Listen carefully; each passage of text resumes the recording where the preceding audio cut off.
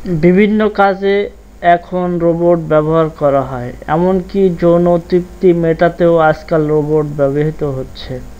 কিন্তু তাই বলে স্ত্রী হিসাবে রোবটের কথা হয়তো কেউ ভাববেন না। বাস্তবে এমন ঘটনাই ঘটিয়েছেন চীনের প্রকৌশলী ঝেং জিয়াংজিয়া। সোমবার সাউথ চায়না মর্নিং পোস্টের এক প্রতিবেদনে বলা হয়, জেজিয়াং প্রদেশের হ্যাংঝুতে গত শুক্রবার নিজের তৈরি রোবটকে আনুষ্ঠানিকভাবে বিয়ে করেছেন ঝেং জিয়াজিয়া। ওই রোবটটির নাম ইং ইং।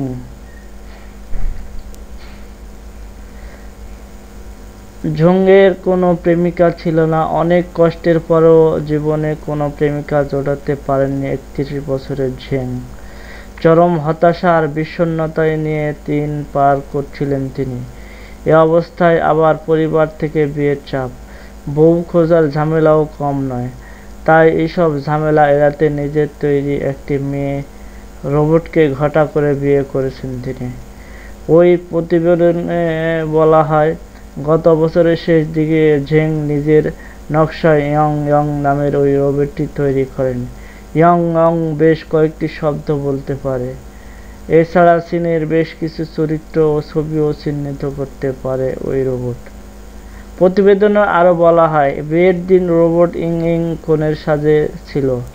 চীনের ঐতিহ্যবাহী বিয়ের রীতি অনুযায়ী তার পরনে কালো পোশাক ছিল, মাথা ঢাকা ছিল লাল স্কার্ফ দিয়ে। বিয়ের অনুষ্ঠানে ঝেংয়ের মা ও তার কয়েকজন বন্ধু উপস্থিত ছিলেন।